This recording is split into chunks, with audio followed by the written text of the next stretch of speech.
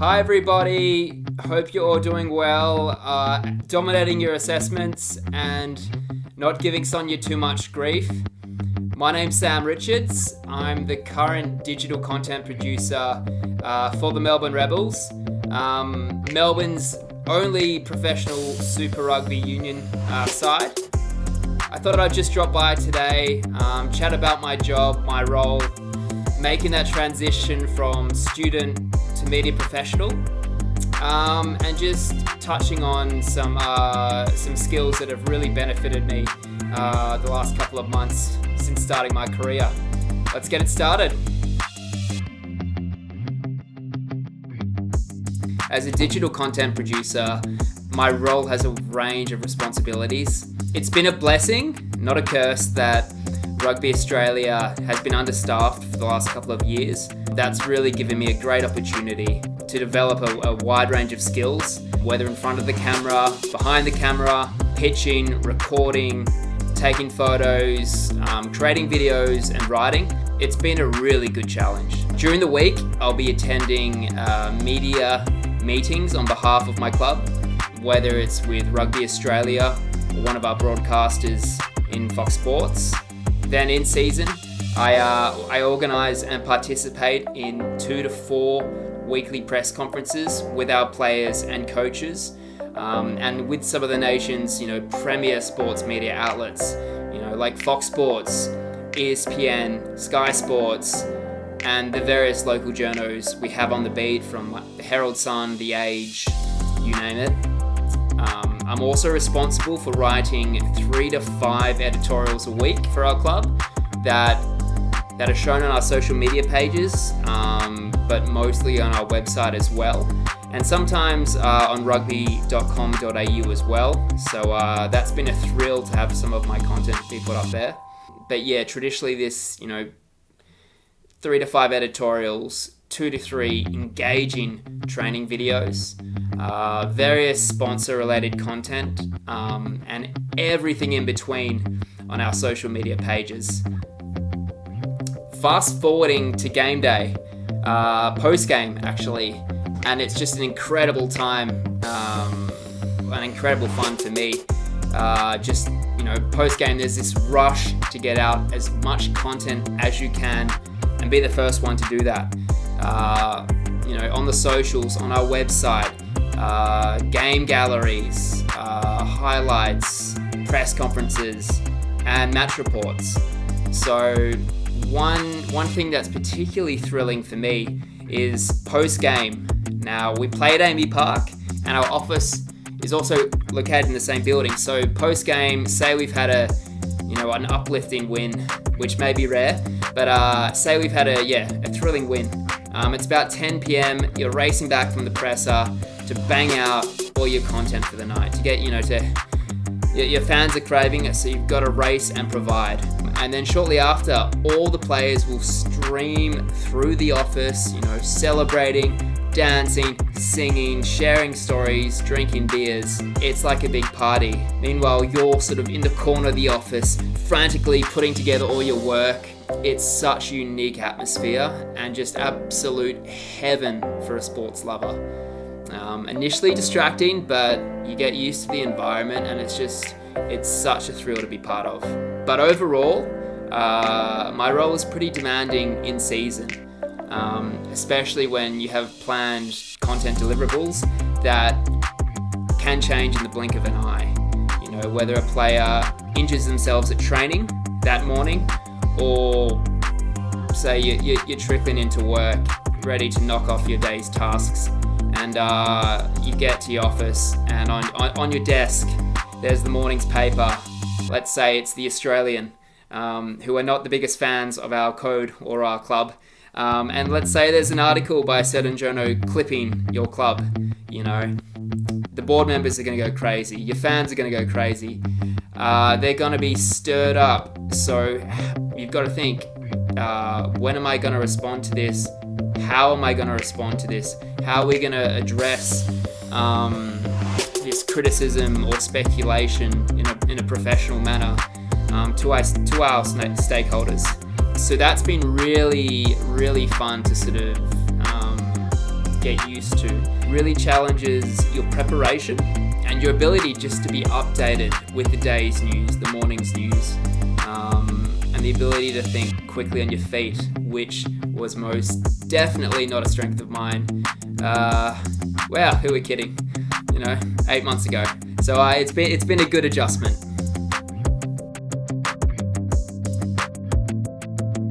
Making that transition from student to professional, you really need to be proactive with your preparation. When you're applying for work, do your homework on the organization or the company you're interested in. Know the journalists, know the work they've created, not just recently, but in the last couple of years. Highlight the impact they've had on their community, and then just bring something to the table from that research and showcase this, both in the interview itself and especially in the early cover letters you're sending out to the company. Hook them in, engage them, really impress them, and the cover letter is the perfect first form of communication to really let them know what you're about. I remember my first interview with the Rebels. I had no knowledge about rugby league, rugby union, rugby A, B or C. So immediately I was behind the 8 ball. There were lots of candidates, from Victoria, Queensland, New South Wales. And here I am, like my only recollection of, the Wallabies were from, the trading cards Weet-Bix used to dish out when I was a kid. So, I was in a bit of danger early on, but, life's all about perspective. So I switched that disadvantage, took it as a good challenge, and put in the work. Topped up my understanding of the sport, researched the club, its recent results, the history of the club, even though it was quite a new organisation. Researched the key figures and put myself in a position where, come the interview day, the club was going to be speaking to the best version of myself, and that really put me in a good position to wow them. In the interview, I brought up a few specific pieces of content the media manager had produced, and I discussed them with them. I discussed the pieces with him, asking him why he took the angle he did, what was the engagement or the response with the fans like. So immediately, the interview became just, a two-way conversation. And straight away, the media manager, the GM, and the recruitment officer, they were just engaged, hooked, and really interested in who this character was all about. He didn't just want the job, he wanted to make an impact in the Victorian rugby community, and pardon the pun, that helped me race over the line or cross over the line. Another skill I've really lent on since starting my career in professional sports is not shying away from feedback or taking criticism to heart. Learning from it and using it constructively. It's so easy to get defensive and to feel like, any feedback, any negative feedback is a personal attack on you. It's not the case. It's rarely the case. Whether it's your editor, your media manager, hell, even the public who are not afraid to, dish up their opinions. Taking on that feedback and implementing it to your craft, it's a really good tool for continued learning. At the end of the day, that's what it's all about, growing, evolving, and being better today than you were yesterday. Not to get all preachy. But, at the end of the day, the people giving you that feedback, whether it's your media manager or your editor, they just want you to succeed and be the best media talent you can be. Because ultimately, if we're being honest, it makes their lives a lot easier. If you're in a newspaper, working at a newspaper, when you hand your editor the work, they don't want any grammar errors there, especially if you're rushing against deadline. But yeah, it's come full circle. Right now I have my own remote intern And that's one of the key things I hammer into him when I give feedback. It's not an attack on him.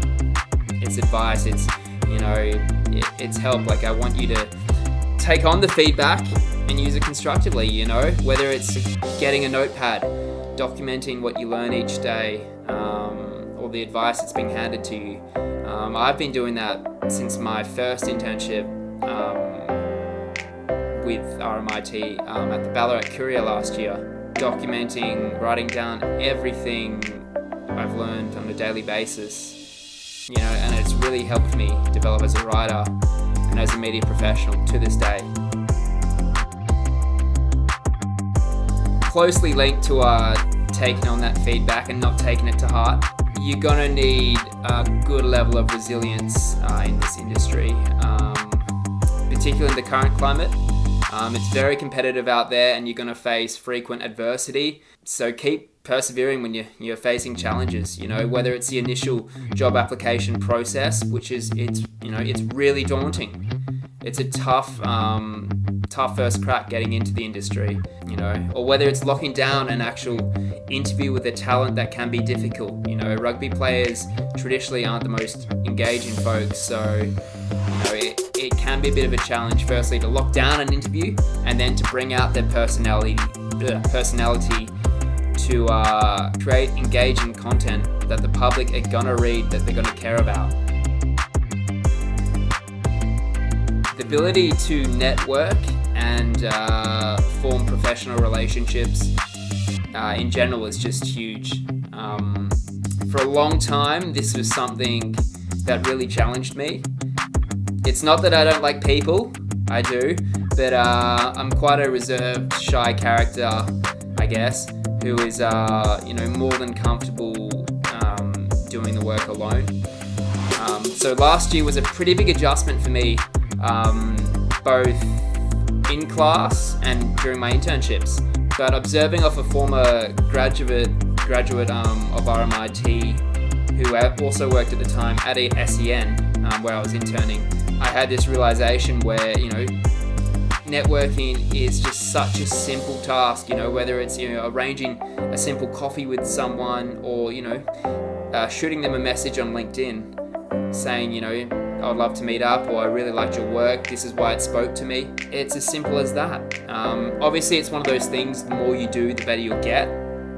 But now, fast forward 8 months, it's something I really take pride in, and something that's instrumental to doing my role at a high level. An example where it's benefited me recently, when I started my job, I formed a particular relationship with someone that worked for Rugby Australia. Anyway, I helped them out, going above and beyond, giving them access to our players, helping them with content. And then fast forward a couple of months, when the pandemic started, I was presented with a fabulous opportunity as a basketball fan to do a remote learning internship with the Golden State Warriors through this person. So right now I'm in the midst of that, which is good. It's kept me busy on the side of my work, and this opportunity would have never come about if I hadn't, formed that relationship and really acted first in providing them value. I think that's a key point with networking. Try and give your contact, value first. Don't just provide to them. Whether it's, I guess, paying for their lunch or coffee, that's nice. But, more specifically, if you can help out with their work, whether you can, provide a connection or a source that could impact what they're doing for the positive, providing that value to someone can really pay off in the long run. Lastly, before I go, she'll be demanding when the pressure's on, but Sonia is your biggest supporter and a huge influence, in building your network, sharpening your skills, developing composure, which I did not have, and really getting you to burst out of your comfort zone and be the best media professional you can be. Really set you up for making that transition from student to media professional.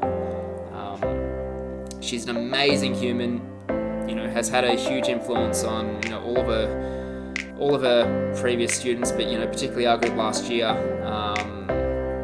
So yeah, you're in great hands. Don't take this time for granted, or this opportunity for granted. This second semester is a real special time. Soon enough, you're going to be out in the field, creating content, chasing stories, and it's just such an exciting time in your lives. But anyway, thanks for letting me drop by virtually. And I have no doubt everybody's going to dominate the course, dominate their assignments, and just jump out in the industry with a wave of momentum behind them. So I wish everybody all the luck in the world. And if anyone needs any advice or help, or just fancy a good old yarn about sports, feel free to get in touch with me. I can't wait to see you out in the field. Good luck and enjoy the rest of your semester.